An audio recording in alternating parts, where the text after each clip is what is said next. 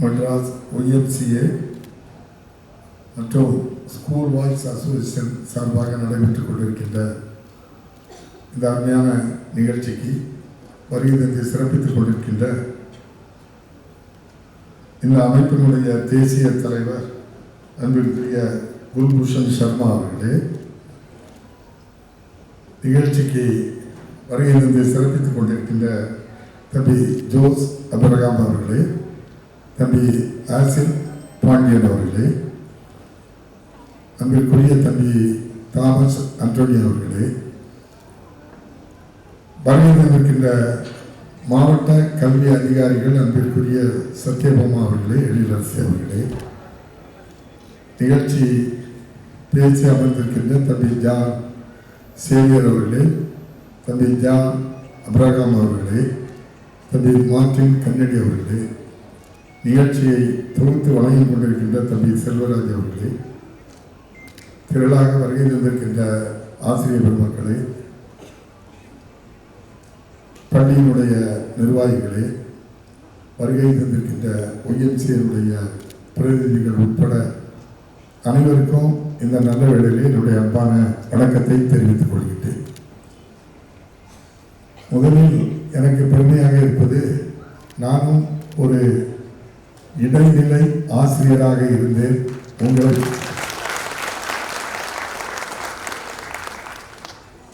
உங்களில் ஒருவராக நானும் ஆசிரியர் என்ற முறையில் உங்களோடு எனக்கு ஒரு உறவு தொடர்பு எனக்கு இருக்கின்றது.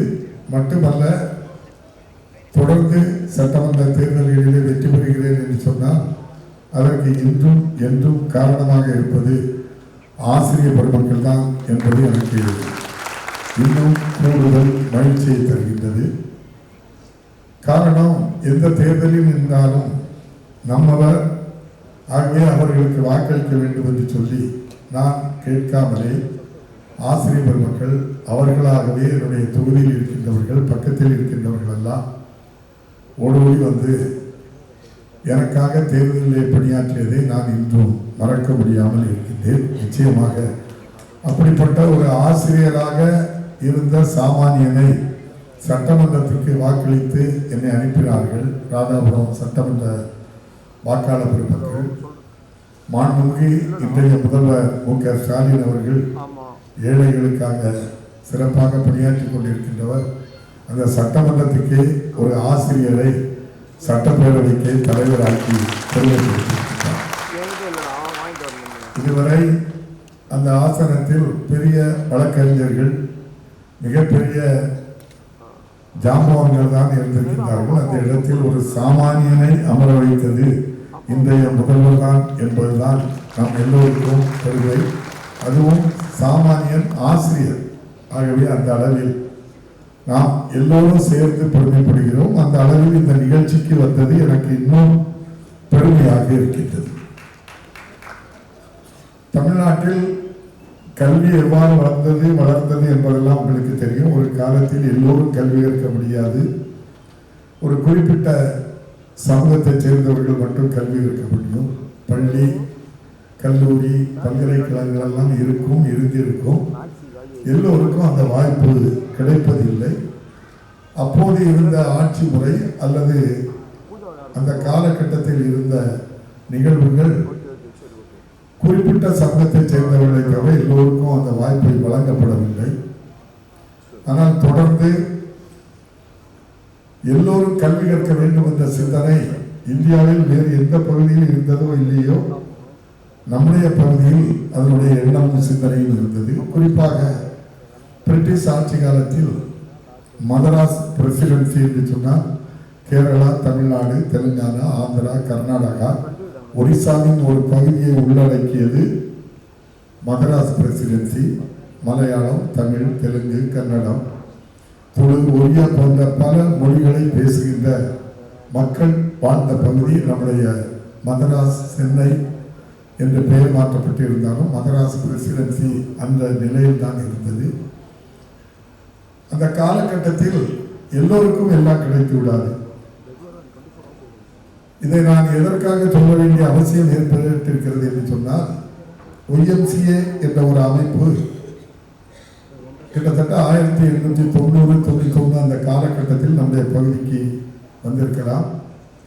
அந்த காலகட்டத்தில் எவ்வாறு இருந்தது என்று சொன்னால், யாராவது ஒருவர் சென்னைக்கு சட்டக்கல்லூரியிலோ அல்லது மருத்துவம் படிப்பதற்கோ சென்னைக்கு வந்தால் அவர்கள் தங்குவதற்கோ அல்லது உணவு உண்பதற்கோ எல்லா விடுதிகளுக்கும் சென்று விட முடியாது.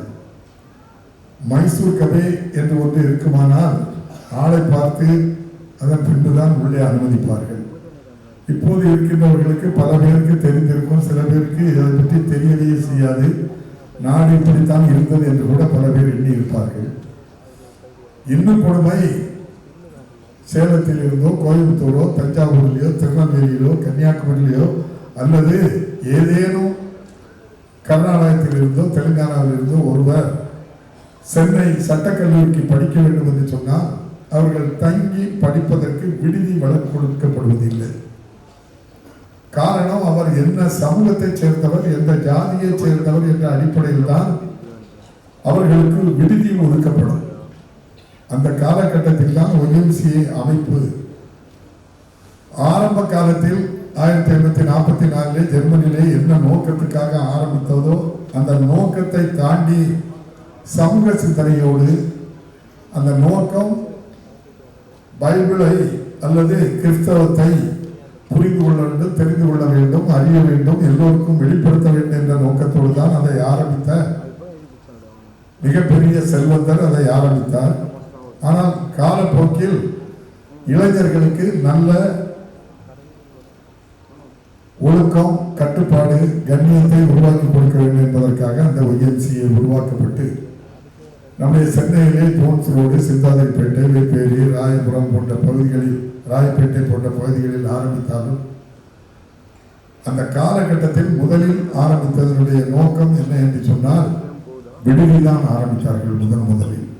காரணம், அப்போது ஜாதி, மதம், இனம் எல்லாத்திற்கும் அப்பாற்பட்டு மனிதநேயத்தோடு எல்லோரும் வாருங்கள், தங்குவதற்கு இடம் தருகிறோம் என்று சொன்னது இந்த ஒய்எம்சிஏ அமைப்பு தான். ஆகவே அதற்கு நான் பாராட்டுகிறேன். அப்போதுதான் தென்னிந்திய நல உரிமை சங்கம் என்ற சங்கத்தை டாக்டர் நாயர், பிடிஆர் நடேசனார் இன்னும் போன்றவர்கள் எல்லாம் அந்த சங்கத்தை ஆரம்பித்து நம்முடைய பகுதியில் இருக்கின்ற சாமானிய ஏழை எளிய ஜாதி, மதத்திற்கு, இனத்திற்கு அப்பாற்பட்டு, குறிப்பாக சொல்ல வேண்டும் என்றால் சோசியல் ஜஸ்டிஸ் என்ற சமூக நீதிக்கு முதல் புள்ளியிட்டார்கள். அதன் அடிப்படையில் தான் பல பேர் சென்னைக்கு வந்து தங்கினார்கள், படித்தார்கள், கல்வி பயின்றார்கள். தொடர்ச்சியாக ஒரு 200 ஆண்டு காலத்தில் கிறிஸ்தவ அமைப்புகளும் பள்ளிகள், கல்லூரிகள் ஆரம்பித்து அதன் மூலம் ஜாதி மதத்திற்கு அப்பாற்பட்டு எல்லோரும் வாருங்கள், நாங்கள் உங்களுக்கு கல்வி கற்றுத் தருகிறோம் என்று சமூக நீதிக்கு முதல் வித்திட்டவர்கள் என்று சொல்லலாம். அதன் தொடர்ச்சியாக ஒய்எம்சிஏ இந்த அமைப்புகள் எல்லாம் இணைந்து எல்லோரும் கல்வி கற்க வேண்டும் என்ற ஒரு முன்னெடுத்தார்கள். குறிப்பாக சொன்னால் வள்ளலார் என்ன நினைத்தாரோ அதை செய்தார்கள். வள்ளலார் ஜாதி சமயத்திற்கு அப்பாற்பட்டு ஜாதி மதம் பேதம் இருக்கக்கூடாது, பெண் அடிமைத்தனம் இருக்கக்கூடாது, சமூகத்தில் ஏற்றத்தாழ்வு இருக்கக்கூடாது, எல்லோரையும் மனிதனாக ஒன்றாக நேசிக்க வேண்டும் என்பதுதான் வள்ளலாருடைய சித்தாந்தம். அந்த அடிப்படையில் அந்த காலகட்டத்தில் தோன்றிய ஐயா வைகுண்டர், நாராயணகுரு போன்றவர்கள் எல்லாம் அதைத்தான் முன்னிறுத்தி செய்தார்கள் என்று சொன்னால், அந்த காலகட்டத்தில் சமூக ஜாதி மத வேறுபாடு இருந்த காரணத்தினால் அவர்கள் அந்த சித்தாந்தத்தை கொண்டு வர வேண்டிய கட்டாயம் அந்த காலகட்டத்தில் இருந்தது. ஆகவே இந்த நேரத்தில் ஒன்றை குறிப்பிட்டு ஒய்எம்சிஏக்கு என்னுடைய எல்லோரும் கல்வி கற்பதற்கு விடுதியை கொடுத்து காப்பாற்றிய ஒய்எம்சிஏ சார்பாக நடத்துகின்றதை நான் இந்த பாராட்ட நான் கடமைப்பட்டிருக்கின்றேன். இப்போது கூட ஒய்எம்சிஏலே நம்முடைய தம்பி வின்சென்ட் அவர்கள் பொறுப்பில் இருப்பதாக நான் எண்ணுகின்றேன். குட்டிவாக்கம் என்ற பகுதியில் கடந்த 1 மாதத்திற்கு முன்னால் கூட மிகப்பெரிய அளவில் சிபிஎஸ்இ பள்ளி கட்டிடம் கட்டுவதற்கும், ஏற்கனவே இருக்கின்ற அரசு உதயபுரம் பள்ளிக்கு புதிய கட்டிடம், முதியோர்களுக்கு தனியாக ஒரு கட்டிட வசதியை ஏற்படுத்தி கொடுத்தல், பண வசதி இருந்தும் அவர்களை பாதுகாக்க வேண்டும் என்பதற்காக அப்படிப்பட்டவர்களுக்கு தனியாக கட்டிடம் என்றெல்லாம் நிறைய கட்டிடங்கள் கட்டுவதற்கு என்னை அழைத்து பெருமைப்படுத்தினார்கள். நான் போய் அந்த அடிக்கல் நாட்டுகின்ற அந்த நிகழ்விலே கலந்து கொண்டதை நான் எண்ணி பார்க்கின்றேன். இவ்வாறு பல சேவைகள் செய்து வந்தாலும் அவர்களோடு இணைந்து இப்போது நம்முடைய ஸ்கூல் வாய்ஸ் பள்ளிகளினுடைய வாய்ஸாக இப்போது நீண்ட நெடுங்காலமாக கிட்டத்தட்ட 10-15 ஆண்டுகளாக இந்த அமைப்பை உருவாக்கி அதன் மூலமும் சிறந்த பள்ளி, சிறந்த கல்லூரி, சிறந்த மாணவ மாணவிகளுக்கு ஊக்கப்படுத்துகின்ற வண்ணம் இந்த நிகழ்வு நடத்துகின்றீர்கள் நான் என்று எண்ணுகின்றேன். அதுவும் எனக்கு இன்னும் பெருமையாக இருக்கின்றது. காரணம், பள்ளி எவ்வாறு அதிகமாக உருவாகிறதோ அங்குதான் கல்வி வளர வளரத்தான் நாகரிகமும் அதே போன்ற சகிப்புத்தன்மை, சமத்துவம், சகோதரத்துவம் எல்லாம் உருவாகின்ற இடம் நம்முடைய கல்வி சாலைகள் தான். அந்த கல்விக்காக பல பேர் தியாகங்கள் செய்தார்கள். குறிப்பாக 1835ஆம் ஆண்டு தான் லார்டு மெக்காலா பிரபு தான் முதலாக எல்லோரும் கல்வி கற்கலாம் என்று ஒரு சட்டத்தை கொண்டு வந்தார். அப்படியானால் அதுவரை எல்லோரும் கல்வி கற்பதற்கு அனுமதி இல்லாமல் இருந்தது. அவர் அதுவரை நடந்த கல்வியினுடைய முறையை கேள்விப்பட்டால், பார்த்தால் எவ்வாறு கற்றுக் கொடுக்கின்றீர்கள், இது எதன் அடிப்படையில் கற்றுக் கொடுக்கின்றீர்கள் என்ற போது வேதத்தின் அடிப்படையில், சமஸ்கிருதத்தில், அதன் அடிப்படையில் சனாதன தர்மத்தின்படி இதை நாங்கள் கற்றுக் கொடுக்கிறோம் என்று சொன்னார்.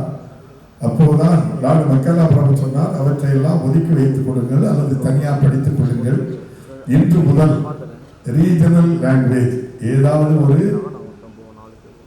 வட்டார மொழியை கற்றுக்கொள்ள வேண்டும். காரணம், பல மொழிகள் பேசுகின்ற மதராஸ் பிரசிடென்சி இருந்த காரணத்தினால் வட்டார மொழி ஒன்று, இரண்டாவது மொழியாக ஆங்கிலம் கற்றுக்கொள்ள வேண்டும்.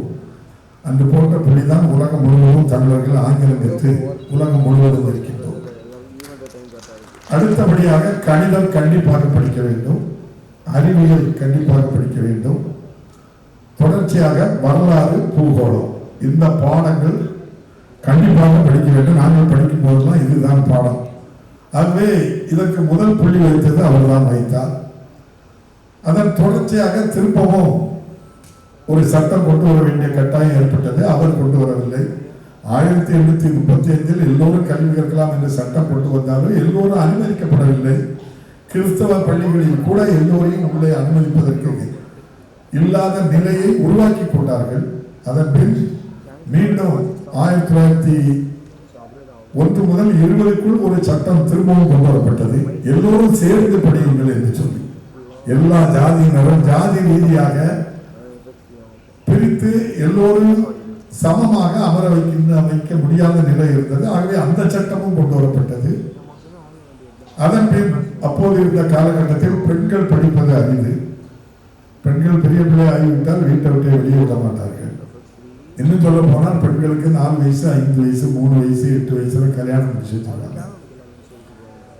5 வயசுல ஒரு பையனுக்கு ஒரு பொண்ணுக்கு திருமணம். அந்த கணவன் 5 வயது கணவன் இறந்து விட்டால் அந்த பெண்மணிக்கு மொட்டை அடித்து வாழ்நாள் முழுவதும் வீட்டிலேயே அடக்கி வைத்திருந்தார்கள். அது ஒரு காலம். பெண்களுக்கு சம உரிமை வேண்டும் என்று குரல் கொடுத்தவர் பெரியார். முதலாக 1920ஆம் ஆண்டு நீதி கட்சி தேர்தல் நடைபெற்றது. நம்முடைய மதராஸ் பிரசிடென்சிக்கு நீதி கட்சி தேர்தலில் வெற்றி பெற்று 1921 தான் முதலாக இந்தியாவிலே மதராஸ் பிரசிடென்சியுடைய நம்முடைய தமிழக சட்டமன்றத்தில் தான் பெண்களுக்கு வாக்களிக்கும் உரிமை உண்டு என்ற சட்டத்தை கொண்டு வந்தது நீதி கட்சி தான் 1921. அதன் தொடர்ச்சியாக நம்முடைய திராவிட இயக்கங்கள் வலுவாக அண்ணா, பெரியார் தொடங்கி அண்ணா, கலைஞர், பெருந்தலைவர் காமராஜர், இன்றைய முதல்வர் வரை தொடர்ந்து கல்விக்கு முக்கியத்துவம் கொடுத்ததின் பயனாக இன்று தமிழ்நாடு கல்வித்துறையில் தலை நிமிர்ந்து நிற்கிறது என்று சொன்னால் அதற்கு மிகையாகும். உதாரணத்துக்கு ஒன்றை சொன்னால், நம்முடைய இந்தியாவினுடைய பட்டம் படித்தவர்களுடைய சராசரி தற்போது 34% பேர் தமிழ்நாட்டில் பட்டம் படித்தவர்களுடைய சராசரி 51% பேர் தமிழ்நாட்டில் பெண்கள் அடுப்போதும் பெண்களுக்கு படிப்பதற்கு என்றார்கள். பெண்கள் என்றால் குழந்தைகளை பெற்றுக் கொடுக்கின்ற இயந்திரமாகவும் சமையல் செய்கின்ற சமையலாளராக தான் இருக்க வேண்டும் என்று கருதப்பட்ட நிலையை மாற்றியது தமிழகம்தான், தமிழ்நாடு தான், திராவிடம் தான் அந்த நிலையை மாற்றியது.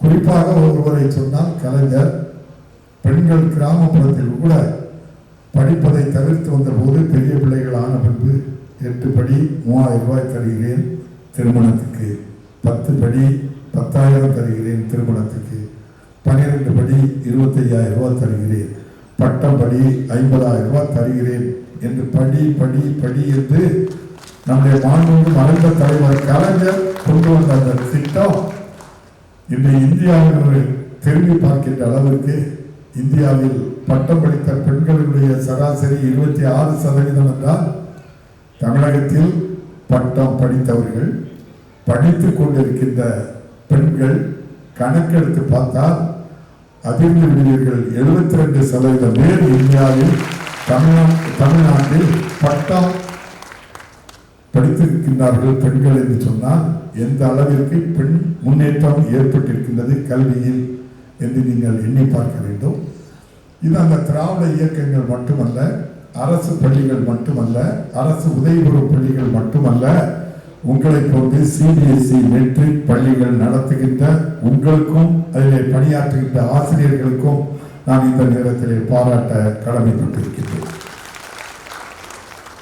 அரசு பள்ளி என்று எடுத்துக்கொண்டால் உங்களுக்கு தெரியும், அரசு ஆரம்ப நடுநிலை உயர்நிலை மேல்நிலை பள்ளி என்று எடுத்துக்கொண்டால் ஒரு 37,889 பள்ளிகள் என்று எண்ணுகின்றேன். அதிலே படிக்கின்ற மாணவ மாணவிகளுடைய எண்ணிக்கை 45 லட்சம் பேர். கிட்டத்தட்ட 37,000க்கு மேற்பட்ட அரசு பள்ளிகளில் படிக்கின்ற மாணவர்களுடைய எண்ணிக்கை 45 லட்சம் பேர் மாணவ மாணவிகள் படிக்கின்றார்கள். அதே போன்று 8,328 அரசு உதவி பெறும் பள்ளிகள், ஆரம்ப நடுநிலை உயர்நிலை மேல்நிலை பள்ளியை எடுத்துக்கொண்டால் கிட்டத்தட்ட 22 லட்சம் பேர் அதிலே படிக்கின்றார்கள்.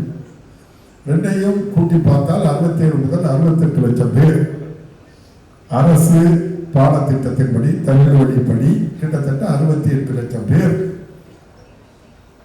கிட்டத்தட்ட 45,000க்கு மேற்பட்ட பள்ளிகளில் அவர்கள் படித்தவர்கள். 36 என்றும் 44 முதல் 45,000 பள்ளிகளில் அரசு தமிழ் வழி கல்வியின் மூலம் கிட்டத்தட்ட 68 லட்சம் பேர் கல்வி கற்கின்றார்கள்.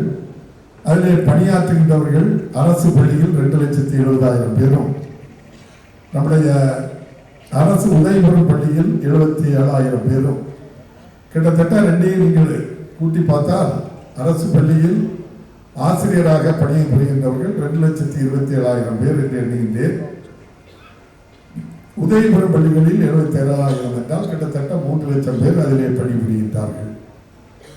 68 லட்சம் பேர் படிக்கின்றார்கள் என்றால் மெட்ரிக் சிபிஎஸ்இ பள்ளி மொத்த பள்ளிகளே 12,382 பள்ளிகள் இருக்கின்றன. வியந்து விடுவீர்கள், 64 லட்சம் பேர் 12,382 பள்ளிகளில் படிக்கின்றார்கள்.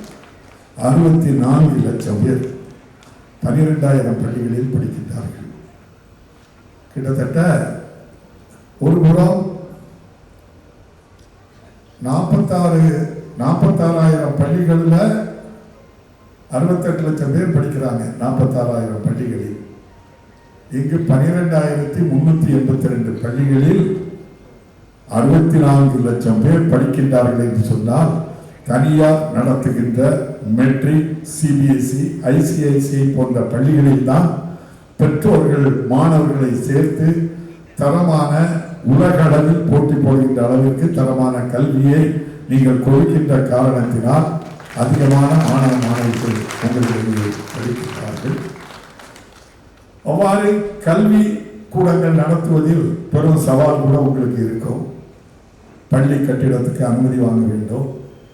அதிலே ஆண்டுதோறும் சில சட்ட திருத்தங்கள் வந்து கொண்டு இருக்கின்றது. 2011 ஒரு சட்ட திருத்தம் கொண்டு வரப்பட்டு புதிதாக நீ பள்ளிகளுக்கு அனுமதி வாங்க வேண்டும் என்றால் நகராட்சி, மாநகராட்சி, பேரூராட்சி பகுதியில் இருக்கின்ற பள்ளிகள் எல்லாம் அனுமதி பெற வேண்டும் என்றால் அதற்கு ஒரு சட்ட திட்டத்தை உருவாக்கி இந்த அடிப்படையில் தான் நீங்கள் அனுமதி பெற வேண்டும், அதற்காக இந்த அளவுக்கு கட்டணம் கட்ட வேண்டும் என்று ஒரு முறையே 2011 கொண்டு வந்தது உங்களுக்கெல்லாம் மனதுக்கு பல பேருக்கு கஷ்டமாக இருக்கிறது. பள்ளிக்கூடத்துக்கு அனுமதி வாங்குவது என்று கூட இருந்தது. 2011 முன்னால் ஆரம்பிக்கப்பட்டு நடத்தி கொண்டிருந்த அனுமதி பெற்று நடத்தி கொண்ட பள்ளிக்கூடத்தினரை கூட மீண்டும் அதற்கு அனுமதி வாங்க வேண்டும் என்று எங்களை வற்புறுத்துகின்றார்கள் என்று கூட பல பேர் என்னுடைய கவனத்திற்கு சொல்லி இருக்கின்றார்கள். அதை நீங்கள் ஒன்றே உங்களிடம் சொல்லுகின்றேன், நீங்கள் எழுத்துப்பூர்வமாக என்னுடைய கவனத்திற்கு ஐயா இப்படிப்பட்ட பிரச்சனைகள் எங்களுக்கு பள்ளி கட்டிடங்களுக்கு அனுமதி வாங்குவதில் இடர்பாடுகள் இருக்கின்றது. கிராமப்புறத்தில் இருக்கின்ற பள்ளிகளுக்கு 2011 முன்னால் ஆரம்பிக்கப்பட்ட பள்ளிகளுக்கு அரசு உதவி பெறும் பள்ளி அல்லது தனியார் பள்ளிகளுக்கு அதிலிருந்து விதிவிலக்கு கொடுத்திருக்கிறது போன்று மாநகர பகுதி, நகர பகுதியில் இருக்கின்ற எங்கள் பள்ளிகளுக்கும் 11 முன்னால் ஆரம்பிக்கப்பட்டதற்கு விதிவிலக்கு தர வேண்டும், புதிதாக ஆரம்பிப்பதற்கு எளிமையாக்க வேண்டும் என்று உங்களுடைய கோரிக்கை எழுதியிருந்தால் மாண்புமிகு தமிழக முதல்வர் மு க ஸ்டாலின் அவருடைய கவனத்திற்கு உங்கள் கோரிக்கை எடுத்துச் செல்லப்பட்டு முடிந்த அளவுக்கு நியாயமான உதவிகளை உங்களுக்கு செய்வதற்கு தயாராக இருக்கிறேன் என்பதை அன்போடு தெரிவித்துள்ளேன். தொடர்ந்து இந்த 12,382 பள்ளிகளும் தமிழ்நாட்டில் செயல்பட்டுக் கொண்டிருக்கிறது என்று சொன்னால் அதில் பணியாற்றுகின்ற ஆசிரியர் பெருமக்கள் 2,53,000 பேர் இருப்பதாக ஒரு கணக்கு இருக்கின்றது. அதில் ஆசிரியர்களுக்கு பலவிதமான பிரச்சனைகள், இடர்பாடுகள் இருப்பதாக ஆசிரியர் பெருமக்களை என்னுடைய கவனத்திற்கு சொல்லியிருக்கின்றார்கள். குறிப்பாக பணி பாதுகாப்பு, சில நிர்வாகங்கள் பள்ளியிலே பணி ஆற்றுவதற்காக அவர்களை தேர்வு செய்வார்கள், நேர்காணல் எல்லாம் வைத்து தேர்வு செய்வார்கள். அதன்படி தேர்வு செய்த பின்பு ஒரு வாரம் 10 நாட்களில் இன்னொரு வேண்டியவர் வந்தால் இவரை அனுப்பிவிட்டு அவரை வைத்துக் கொள்வது, இப்படிப்பட்ட சில சிறு பிரச்சனைகள் நிர்வாகத்தின் மூலம் இருப்பது. ஆகவே அந்த பணி பாதுகாப்பு நிர்வாகத்தை எடுத்துக்கொண்டால் இவர்கள் இங்கே பணியாற்றி கொண்டு இருக்கின்ற போதே திருமணமாகிவிடும், வேறு மாநிலம், வேறு இடம் சென்று விடுவார்கள். அதுவும் உங்களுக்கு பள்ளி நடத்துகின்றவர்களுக்கும் பிரச்சனை இருக்கின்றது, பணியாற்றுகின்றவர்களுக்கும் பல பிரச்சனைகள் இருக்கின்றது. ஆகவே பணி பாதுகாப்பு மட்டுமல்ல, ஊதிய முரண்பாடு சில இடங்களில் சொல்வார்கள். ஊதியம் எல்லோரும் ஒரே அளவுக்கு கொடுத்து விட முடியாது. கட்டணம் எவ்வாறு வசூலிக்கப்படுகிறதோ அதன் அடிப்படையில் தான் ஊதியமும் பகிர்ந்தளிக்க முடியும். சில பள்ளிகளில் மாணவர்களுடைய சேர்க்கை, சில பள்ளிகள் கிராமப்புறங்களில் வறிய இடங்களில் பணப்புழக்கங்கள் இல்லாத இடங்களில் பள்ளியை ஆரம்பித்து அவர்களும் இதே பாடத்திட்டத்தை நடத்த வேண்டும் என்று சொன்னால் அவர்கள் போதிய கட்டணத்தை வசூல் செய்து விட முடியாது. கட்டணத்தை உயர்த்தினால் பள்ளியிலே மாணவ மாணவிகளுடைய சேர்க்கை குறைந்துவிடும்.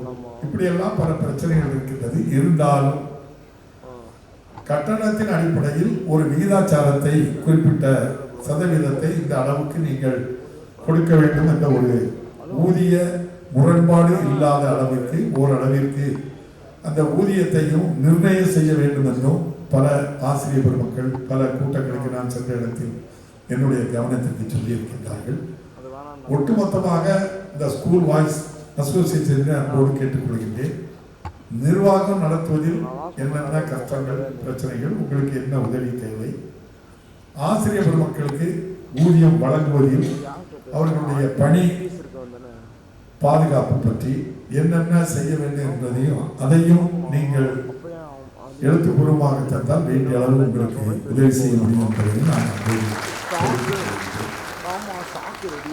தொடர்ந்து மிக முக்கியமான ஒரு பிரச்சனை என்ன என்றால், ஆசிரியர் பெருமக்கள் எந்த மாணவனையும் கண்டித்து விட முடிவதில்லை.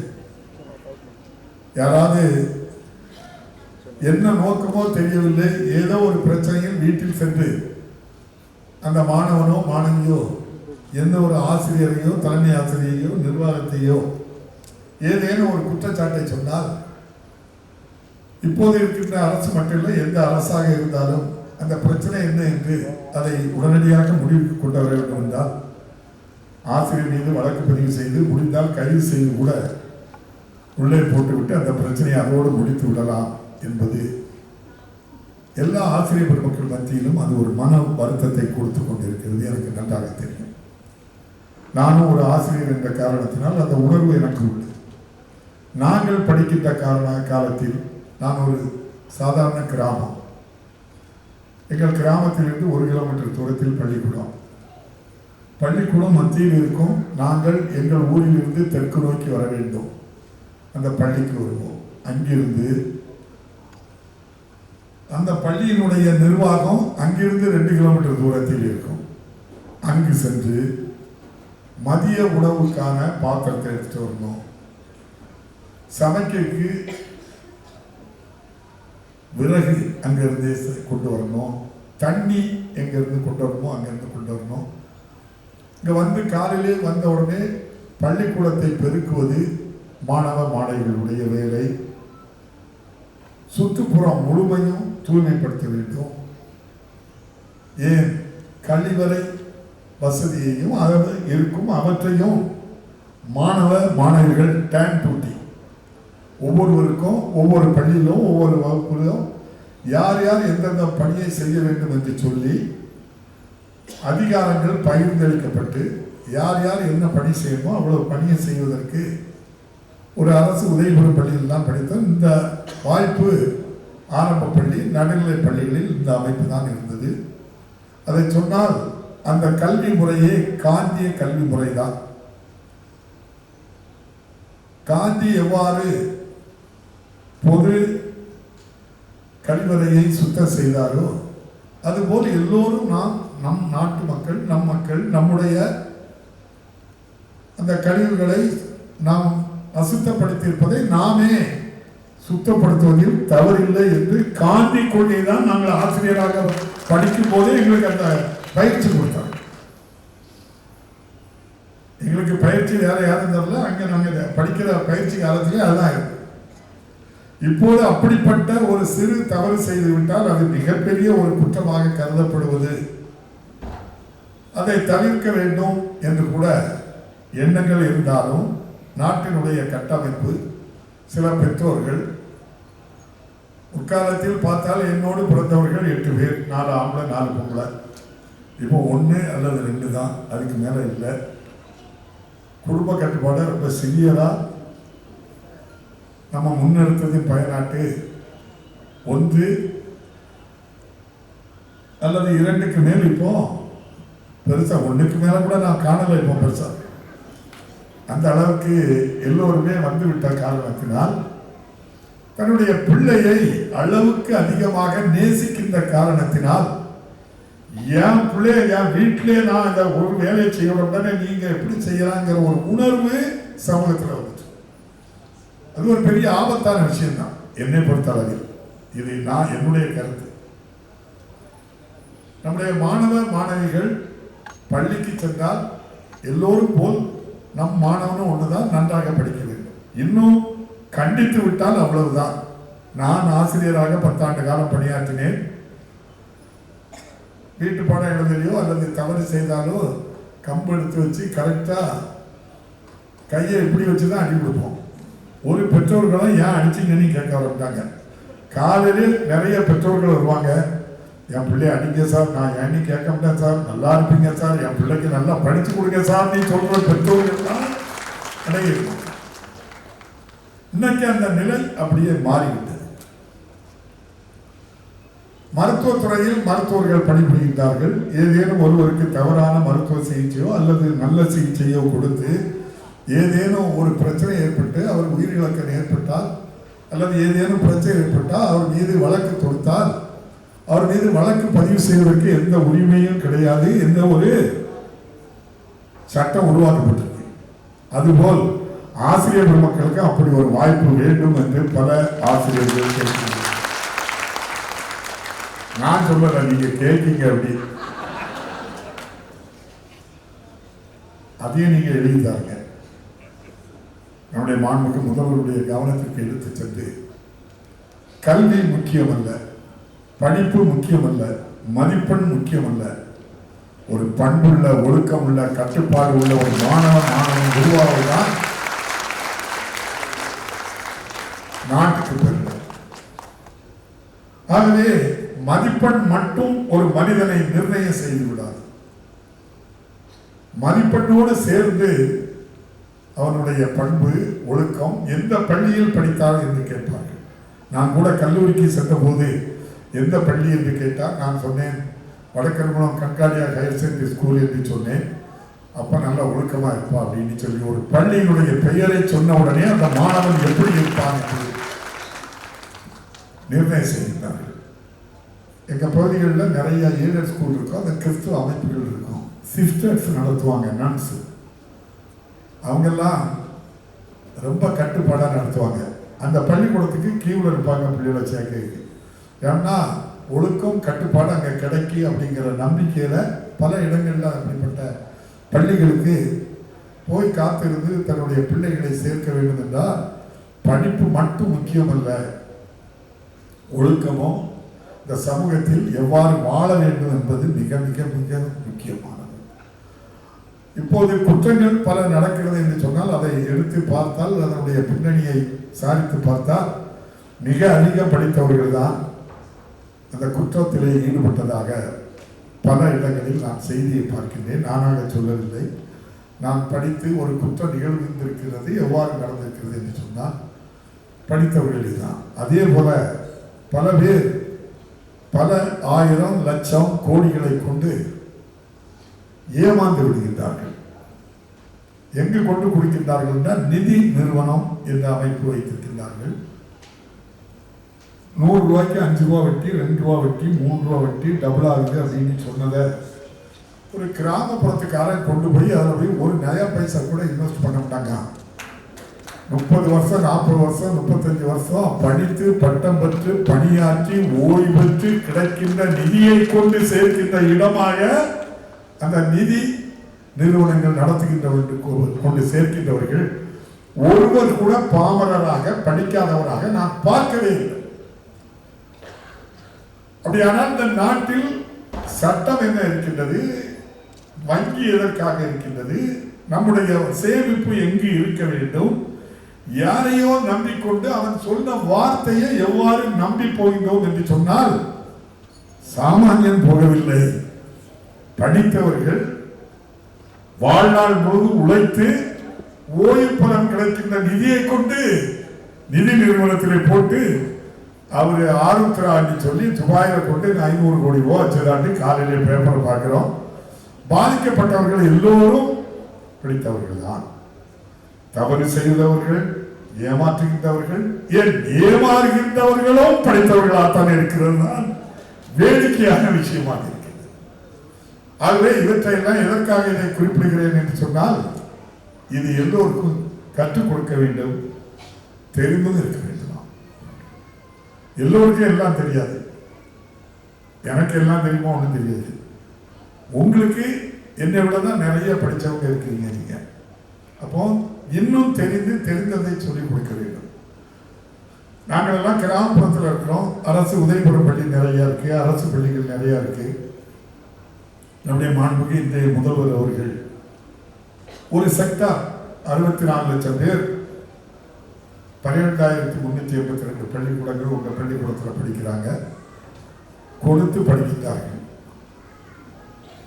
ஆனால் எதுவும் இல்லாதவர்கள் அரசு பள்ளி, அரசு உதவிபெறும் பள்ளியில் வருகின்றார்கள்.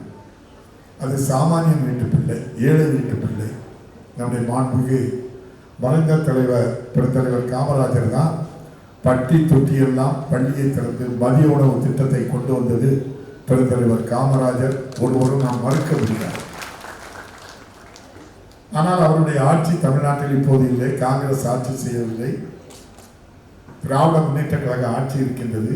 இன்றைய முதல்வர் அவர் செய்த தியாகத்தை பாராட்ட வண்ணம் கடந்த ஆண்டு சட்டமன்றத்திலே 1000 கோடி ரூபாய் நிதியை ஒதுக்கி உயர்கல்வித்துறைக்கு ஒதுக்கி கல்லூரிகளில், அரசு கல்லூரிகளில் கட்டுகின்ற கட்டிடங்களுக்கு பெருந்தலைவர் காமராஜர் நினைவு கட்டிடம் என்று பெயர் வைக்க வேண்டும் என்று சொல்லி இன்றைய முதல்வர் 1000 கோடி ரூபாயை நிதியை ஒதுக்கி அந்த பணி நடைபெறுகிறது. ஒரு பெருந்தன்மை இருந்தால் தான் இது செய்ய முடியும். ஒருவர் தன்னுடைய தாய் தந்தையரை, தன்னுடைய உறவு சொந்தங்களை பெருமைப்படுத்தலாம். ஆட்சியில் இருக்கின்றவர்கள் அந்த இயக்கத்தை சார்ந்தவர்களை பெருமைப்படுத்துவார்கள். ஆனால் காங்கிரஸ் ஆட்சி இங்கே நடைபெறவில்லை என்றாலும் அவர் செய்த சாதனையை அவர் இந்த நாட்டு மக்களுக்கு, ஏழைகளுக்கு மதிய உணவு கொடுத்து 10,000க்கும் மேற்பட்ட பள்ளியை பட்டி தொட்டியெல்லாம் திறந்ததை பெருமைப்படுத்தும் வண்ணமாக இந்த பெருமையை அவர் செய்கின்றார்.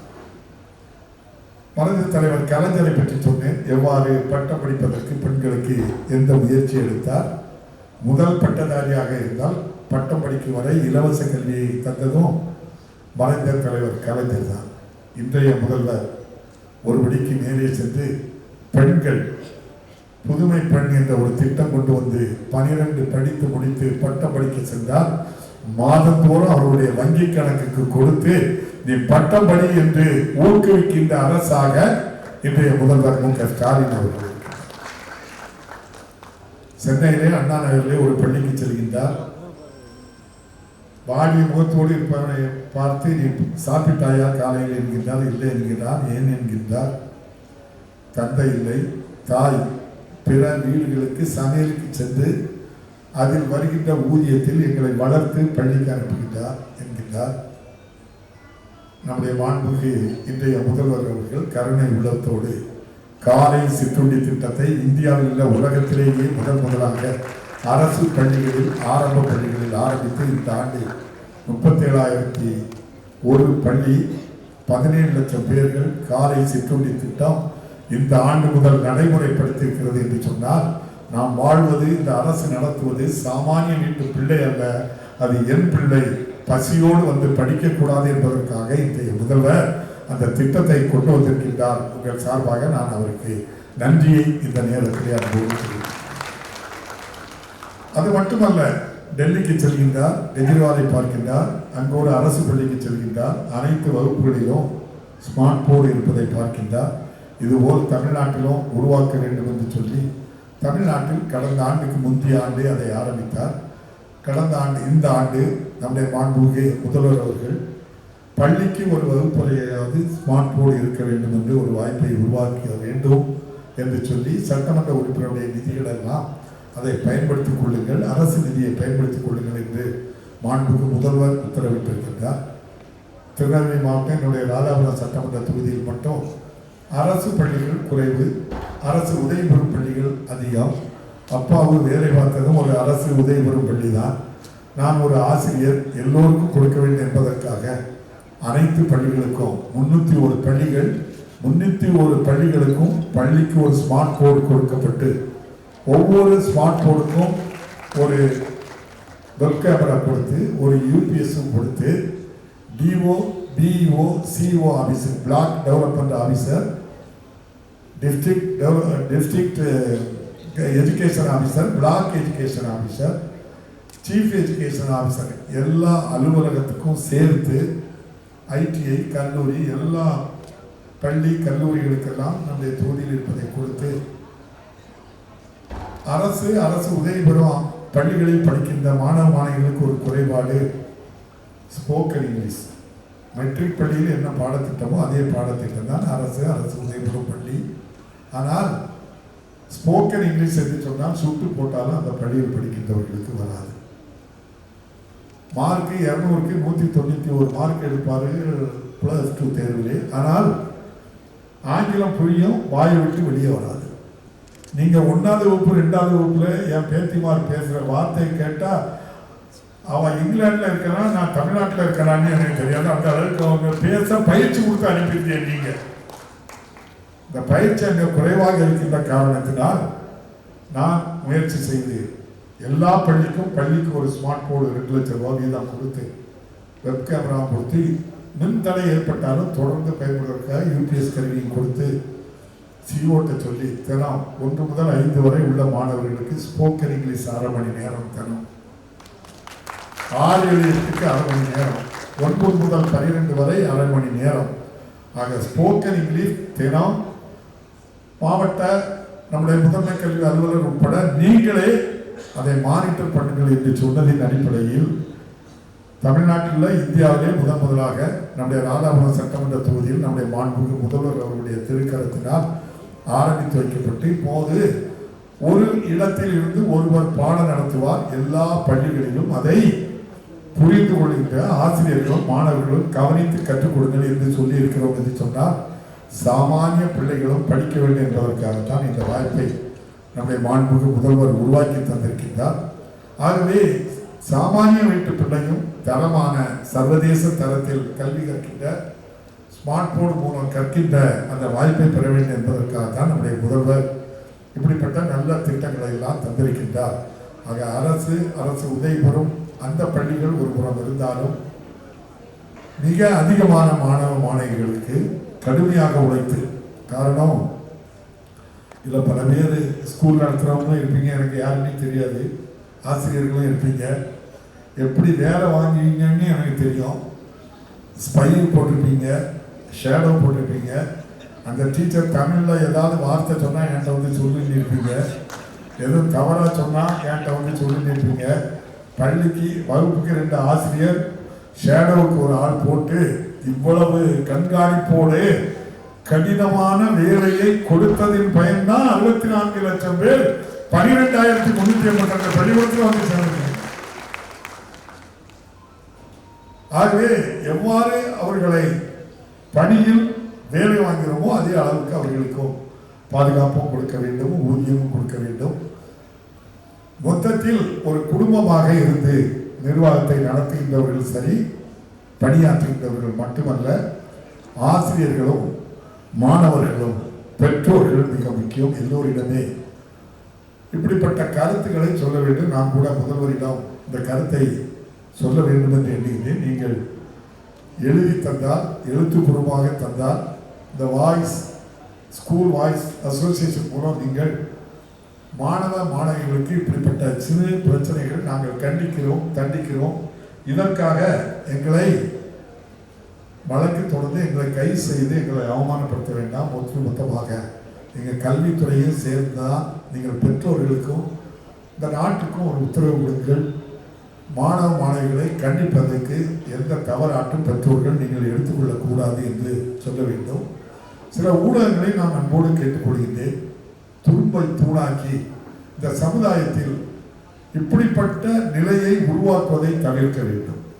முழுமையாக ஆசிரியர்கள், பெற்றோர்கள், ஆசிரியர்களை பொறுத்தளவில் எனக்கு நன்றாக தெரியும், ஒருபோதும் வஞ்சம் தீர்க்க வேண்டும் என்றோ அல்லது இந்த பிள்ளைக்கு அதிகமாக படித்து கொடுக்க கூடாது என்றோ ஒருபோது எண்ண மாட்டார்கள். தன்னுடைய சக்திக்கு அதிகமாக அவர்களை கொடுக்க வேண்டும். ஒரு நாள், ஒரு மாதம், ஒரு வருடம் அல்லது 10 ஆண்டு காலம் தன்னிடம் படித்தாலும் என் மாணவன் இந்தியாவில் இந்த நிலைக்கு வந்திருக்கின்றான், மிக உயர்ந்த பொறுப்புக்கு வந்திருக்கின்றான், என் பிள்ளைதான் என்று சொல்வார்களே தவிர மாற்று வார்த்தை அவர்கள் வாயில் இருந்து எந்த ஆசிரியரிடமிருந்து வராது. அவன் ஜாதியை குறித்தோ அவனுடைய மதத்தை குறித்தோ அவனை இனத்தை குறித்தோ சொல்ல மாட்டார்கள். ஒன்றை சொல்வார்கள், என் பிள்ளை, என்னிடம் படித்த பிள்ளை, என் பிள்ளை இந்த அளவுக்கு வந்திருக்கான்னு சொல்லுவோம்.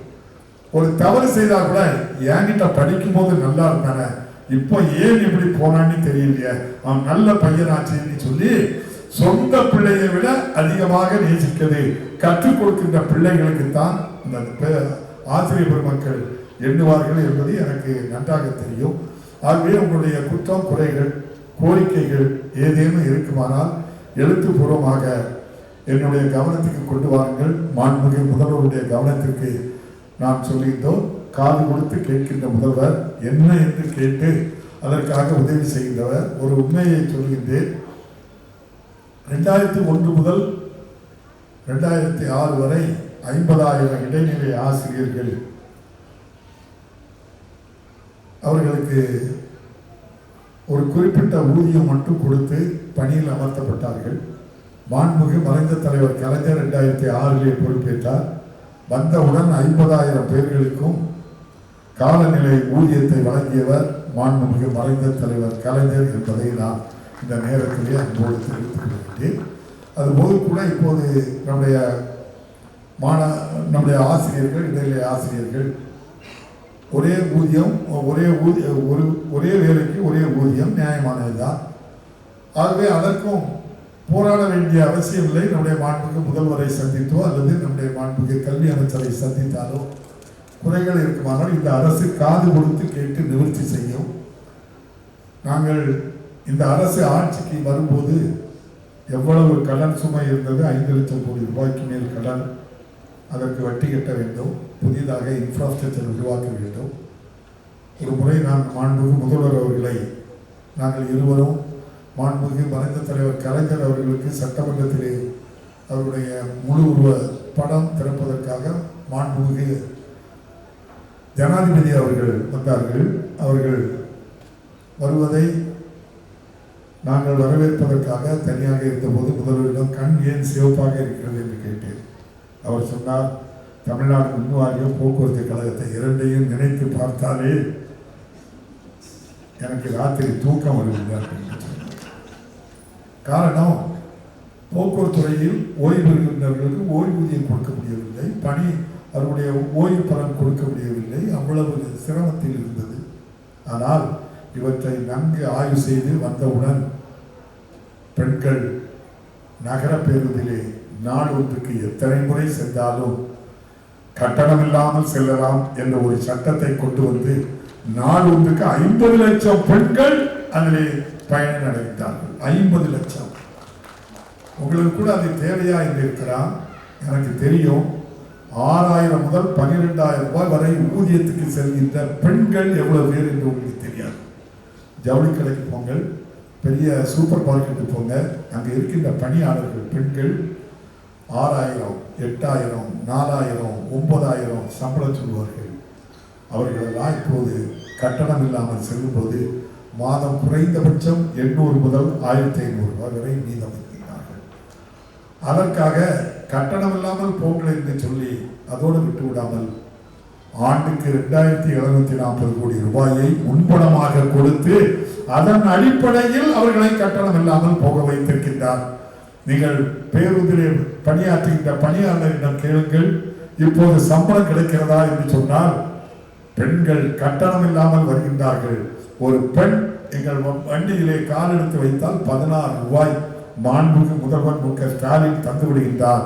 சம்பளம் தடையில்லாமல் கிடைக்கிறது என்றால் இந்த சட்டம் தான் எங்களை காப்பாற்றுகின்றது என்று சொல்லி பணியாளர்களும் சொல்கின்றார்கள். ஆகவே அந்த அளவில் தான் இதை எவ்வாறு உருவாக்க வேண்டும் என்று சொல்லி இரவு பகலாக கண்விழித்து காத்திருந்து இப்படிப்பட்ட நல்ல பணிகளை எல்லாம் செய்ததின் பயனாகத்தான் பண பிரச்சனைகள் மிகப்பெரிய பிரச்சனை.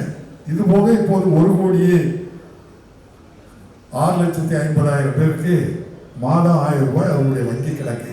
உங்களுக்கே தெரியும், ஒரு இடத்தில் கூட வேண்டியவர்களுக்கு கொடுத்து விட்டார்கள். அவர்கள் கட்சிக்காரர்களுக்கு கொடுத்து விட்டார், ஜாதியை பார்த்து கொடுத்தார், மதத்தை பார்த்து கொடுத்தார். ஒரு பத்திரிகை, ஒரு ஊடகத்தில் இதுவரை ஒத்த செய்தி வரவில்லை.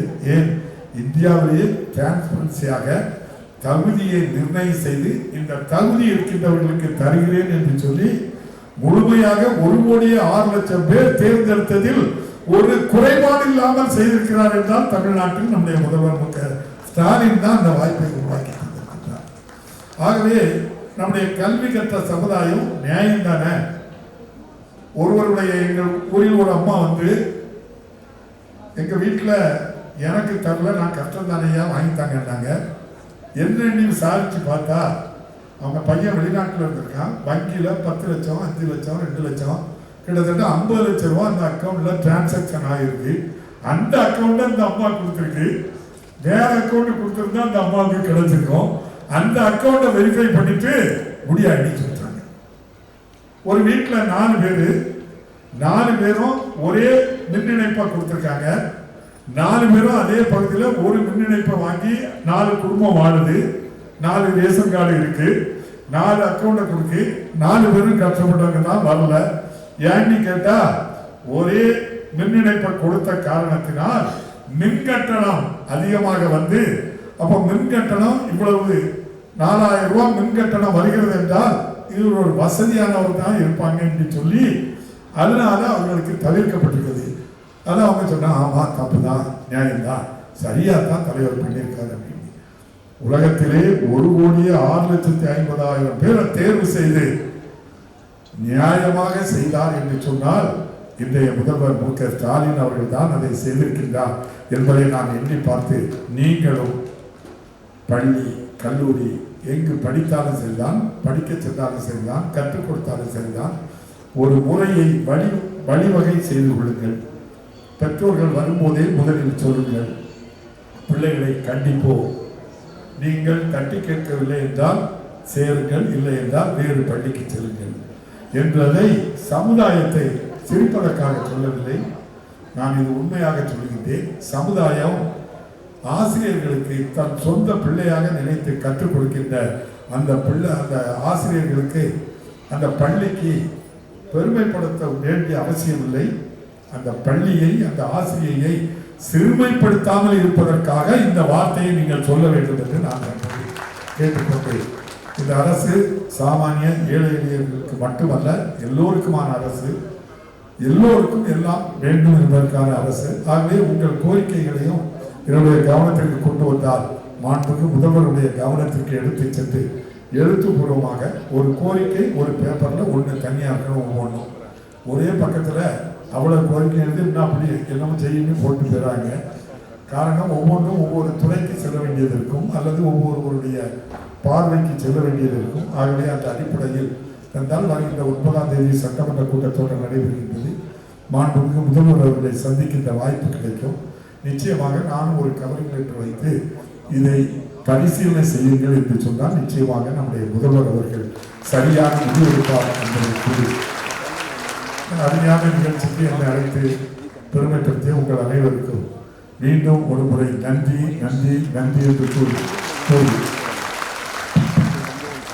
சட்டப்பேரவை தலைவர் என்பதை விட ஆசிரியர்களில் இந்த அப்பாவும் ஒருவன் என்பதை பெருமையாக கூறி விடுகிறேன். நன்றி.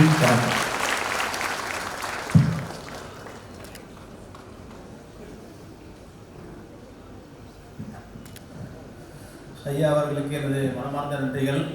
நான் யாரையும் ரொம்ப எங்கேயும் ஸ்டால் போட்டதில்லைன்னு நினைக்கிறேன். ரொம்ப கஷ்டப்பட்டு தான் போட்டேன். அந்த உயரமையும் அந்த பேச்சிலையும் நம்ம பார்த்துட்டோம். ஐயா வந்து ஆக்சுவலாக போய் ஒரு போன மாதம் மீட் பண்ணும்போது அவங்க பிஏஓ இருக்காங்க, டைமே இல்லை, டேட்டும் இல்லை, சவுத் ஆப்பிரிக்காவில் போயிருந்தாங்க. ஆக்சுவலாக இன்னைக்கு ஈவினிங் தான் வரணும் ஐயா. நம்ம ப்ரோக்ராமுக்காக ஆசிரியர்கள் உங்களில் ஒருவன் அவங்க வாயில் சொல்ல, நம்ம ப்ரோக்ராமுக்காக கண்டிப்பாக நான் வருவேன்னு சொன்னாங்க. அவங்க லிஸ்ட்டு பிஏஓ போது இந்த ப்ரோக்ராம் அதுக்காக நம்ம ரீஷெடியூல் பண்ணி நல்ல ஒரு கரவொலி கொடுக்குறோம் அவங்களுக்கு.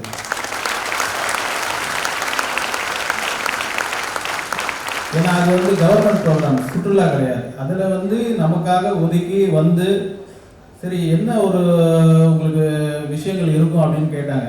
இப்போ ஸ்டேஜில் உட்காந்த 2 நிமிஷத்தில் நான் சொன்னேன். அதை ஒரு கோரிக்கையாக சொல்லணும்னு சொல்கிறதுக்குள்ள அவங்க விடையே நமக்கே சொல்கிறாங்க. எப்படி ஒரு ஆக சிறந்த ஆளுமை பாருங்க. அது வந்து இதுதான் எங்களுக்கு ரெகக்னேஷனில் ஒரு ப்ராப்ளம் இருக்குது. ஒரு பையனை ஒழுக்கத்தில் நாங்கள் கண்டிக்க முடியலன்னு சொன்னேன். அது எப்படி, அதுக்கு நான் ஒரு வழி சொல்கிறேன்ட்டு ஸ்டேஜ்லேயே ஒரு வழியை சேர்த்து சொல்லிட்டு போகிறாங்க. அப்படிப்பட்ட ஒரு ஆளுமை. அந்த ஆளுமை கையால் இன்றைக்கி நீங்கள் இப்போ முதல்வர் விருது வாங்குறதுக்கு நீங்கள் வந்திருக்கீங்க. ரொம்ப ரொம்ப மகிழ்ச்சி. மேலும் நாங்கள் வந்து ஐயாவை வந்து கூப்பிட்டு ஒரு தலைமை பொறுப்பேற்று ஒரு விழா நடத்தணும்னு நினச்சோம். ஆனால் ஐயா வந்து நான் குடும்பத் தலைவர், நான் உங்கள் குடும்ப விழாவுக்கு தானே வரேன், குடும்பத் தலைவராக உங்களில் ஒருவனாக வருவன்னு வந்திருக்காங்க. மிக்க மிக்க மகிழ்ச்சி. ஐயா வருவதற்கு உறுதுணையாக இருந்தாங்க செல்லார்னு ஒரு madam.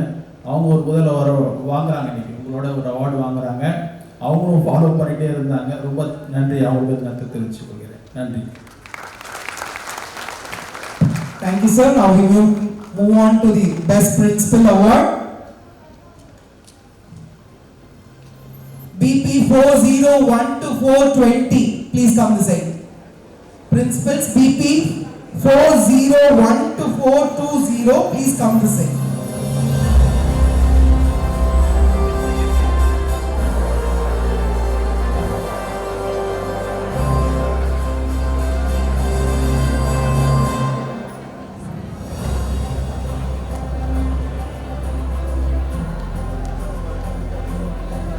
I now request our Honorable Thiru M. Appavu MLA, the Speaker, Tamil Nadu Legislative Assembly, to please distribute distribute the awards to our best principals for the academic year 2023.